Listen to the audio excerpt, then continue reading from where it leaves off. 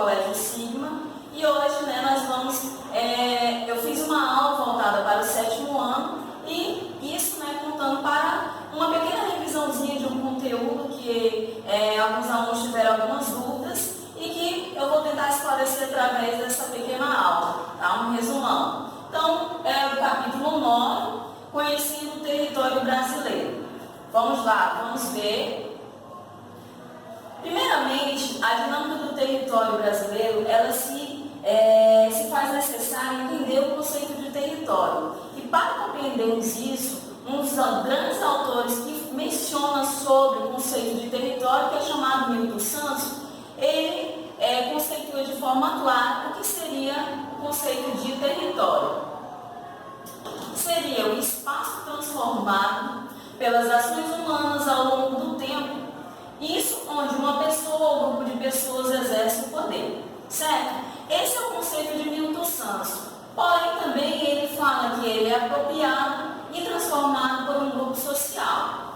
Isso levando em consideração também que o homem ele exerce o poder sobre esse território, né? Colocando o quê? Fazendo as atividades sociais, econômicas. Aqui eu coloquei alguns exemplos claros de construção de cidades, casas, ruas, estradas, indústrias e as atividades agrícolas. Aí lembra lá dos conceitos que eu sempre falo, né, na sala de aula, os exemplos práticos, né? O seu quarto é um território, certo?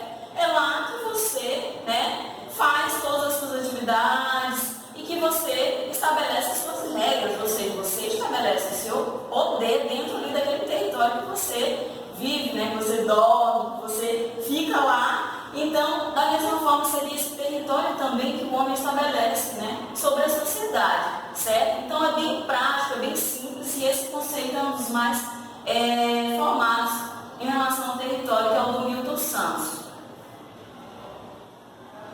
Uma das coisas também agora, para aprofundar um pouquinho mais o conteúdo em relação à formação territorial do Brasil, primeiramente nós devíamos lembrar o quê? Que quando, né, alguns povos chegaram aqui, principalmente os europeus, na colonização do Brasil, já havia, né, pessoas aqui, nas quais eram quem? Eram os povos indígenas, que eram os primeiros ocupantes que já estavam aqui e ocupavam o território brasileiro. Então, depois, com a chegada dos europeus, isso no século XVI, onde, né, os portugueses eles não tinham, na verdade, interesse de colonizar, certo, né, pessoal? Porém, com o passar do tempo, foram descobrindo alguns produtos nos quais serviam, né, e se dedicaram ao comércio com as Índias e com a África, e que daí deu um salto para o comércio deles. Então, foi muito importante, e aí é o momento em que ele começa, né, a colonizar. Isso leva em consideração 100 anos de colonização. E também, com o passar do tempo, eles foram ultrapassando esses limites de território, principalmente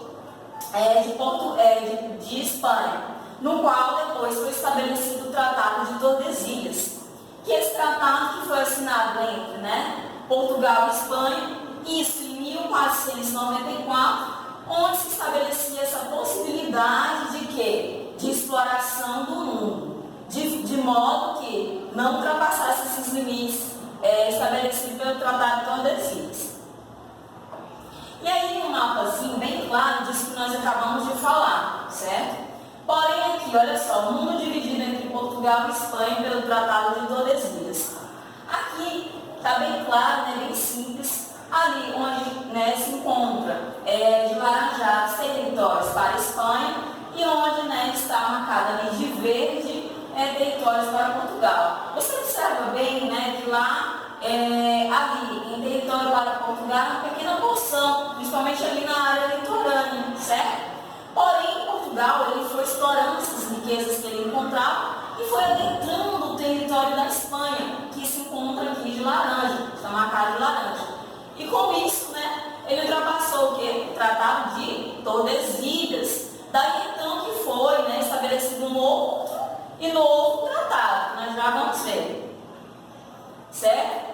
Mas lá na frente no vídeo vocês vão ver esse tratado. Porém, Portugal também, ele com isso, com essa exploração das riquezas no mundo, ele, né, foi encontrando que um dos principais e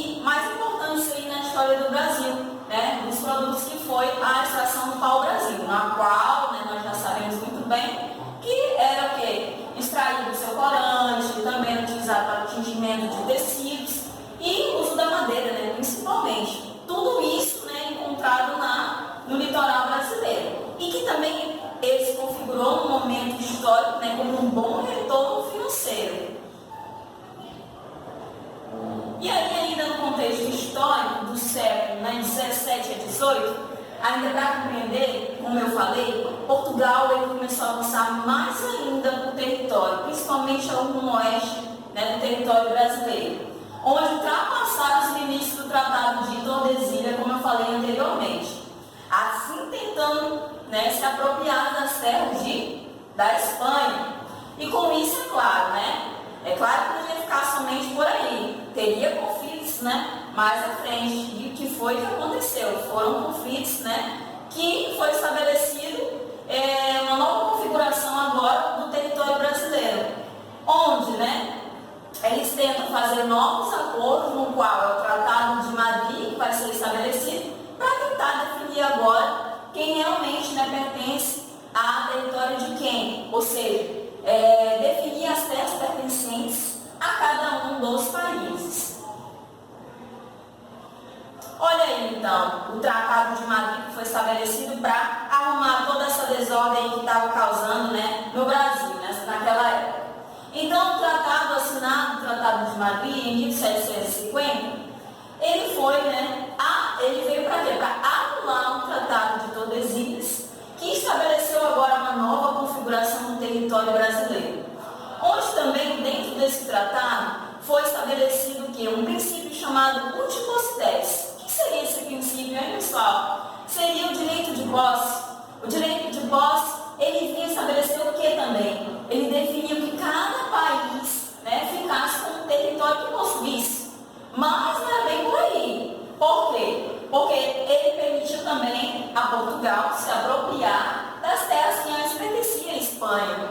Lembra lá no início dos slides que eu falei? Então, isso de modo que cada país pudesse se manter sozinho, ou seja, tivesse condições de se manter ali com o território que já possuía. E aqui a imagem, né, do mapa também, onde se tem a divisão dos dois, tanto o Tratado de Tordesilhas quanto o de Madrid. E aí você vê, olha só, de amarelo, né, já é a nova configuração, tá, pessoal? Terras de Portugal, né, que tá antes, era apenas essa porção aqui, essa pequena porção, onde se tem também, né, na época, era estabelecidas as capitanias hereditárias, né, que vocês podem ver que estão meninas aqui. E que, com o passar do tempo, né, como nós falamos, os limites do Tratado de Tordesilhas não foi estabelecido, ou seja, como um sucesso, na qual ia sendo ultrapassado, né, por Portugal. Então, agora tem essa nova configuração, que está aqui de amarelo, que são as terras de Portugal. E de verde, né, que aqui é a porção desse território, que é da Espanha. Então, esse limite que é estabelecido pelo Tratado de Madrid, que vocês podem ver, foi o que, né, Portugal ganhou essa porção do território, né, durante o estabelecimento do Tratado de Madrid. Porém, também, com tudo isso, com todas essas conquistas, essas descobertas, né, de produtos, mercadorias, né, recursos naturais que eram oferecidos no Brasil, né, muito riquíssimo, a coroa portuguesa ela foi cada vez mais também tentando explorar isso, essas riquezas. E com isso adotou algumas medidas, né, um conjunto de medidas que impulsionou a ocupação de terras em direção ao interior da colônia. E dentro dessas medidas nós podemos ver algumas expedições que eram feitas. Uma delas era as entradas. Aí há uma diferençazinha entre as duas, que vocês vão ver, né, que eu já falei muito bem isso na sala de aula. As entradas, elas eram financiadas, né, por quem? Pela coroa, né, portuguesa. E tinham o mesmo objetivo da outra, que nós vamos ver, que era descobrir ouro, escravizar indígenas e expandir as áreas, né, onde se tinham as riquezas naturais. E aí a outra também, que são as bandeiras, essas sim, né, lembrando lá que as entradas eram expedições financiadas pela coroa portuguesa, e essa aqui, as bandeiras, eram expedições patrocinadas por quem? Pelos colonos. Era objetivo, que era desbravar novas áreas e escravizar, né, os indígenas, certo? Então, essa diferença das duas é bem clara. A primeira, né, entradas eram financiadas pela coroa portuguesa, certo? Ok? E as bandeiras eram financiadas pelos colonos. E ambas tinham os mesmos objetivos. E aí também tinha, né, as missões jesuíticas. O que seriam essas missões jesuíticas?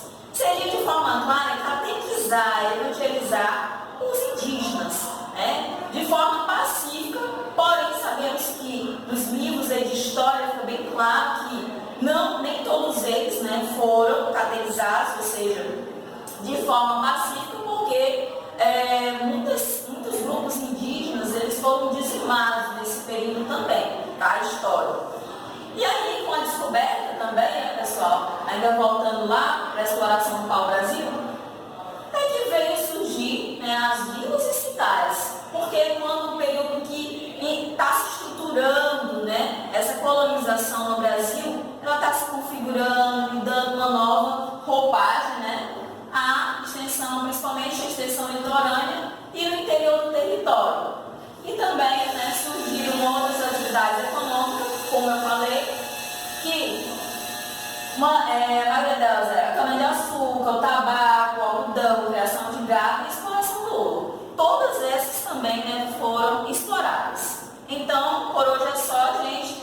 E assim, os próximos conteúdos que vocês podem, né, estar estudando, seria dessa forma também, pessoal. Vocês pegam pontos, tá? E aí, vê o que é necessário estudar, tá? Vê o que é necessário vocês aprender, tá bom? Não só decorar, mas aprender. Primeiramente, contexto histórico e alguns pontos necessários para compreender dentro desse contexto histórico, ok? Até mais!